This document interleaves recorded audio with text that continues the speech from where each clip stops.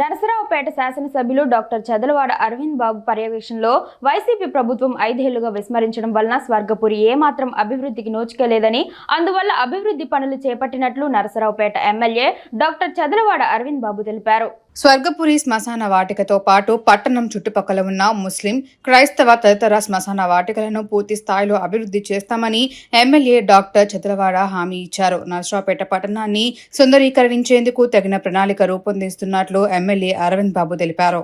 Media సోదరులకు ధన్యవాదాలు తెలియజేస్తూ, మరి ఉమ్మడి ప్రభుత్వం ఏర్పాటైన తర్వాత ఏదైతే ఇచ్చిన మాట ప్రకారం అభివృద్ధి ఎక్కడైతే చేయాలో దాన్ని స్వర్గపురి 2లో నిన్న వచ్చి చూడటం జరిగింది.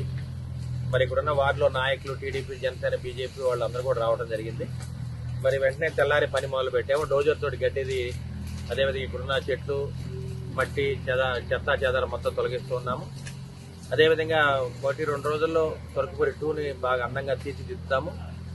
మరి వెనకటి రోజుల్లో ఏ విధంగా అయితే ఉందో ఆ రోజు కోడలి గారి ఆధ్వర్యంలో ఏ విధంగా జరిగిందో అభివృద్ధి, దాన్ని ముందుకు తీసుకెళ్ళడానికి మళ్ళీ వాళ్ళు కూడా రావడం జరిగింది. ఈ కార్యక్రమం అనేది నిరంతరం చేస్తూ ఉంటాము. టీడీపీ ప్రభుత్వం అంటే అభివృద్ధి, దాన్ని మేము చేసి చూపుతామని చెప్పి మీడియా ముఖ్యంగా తెలియజేస్తున్నాం.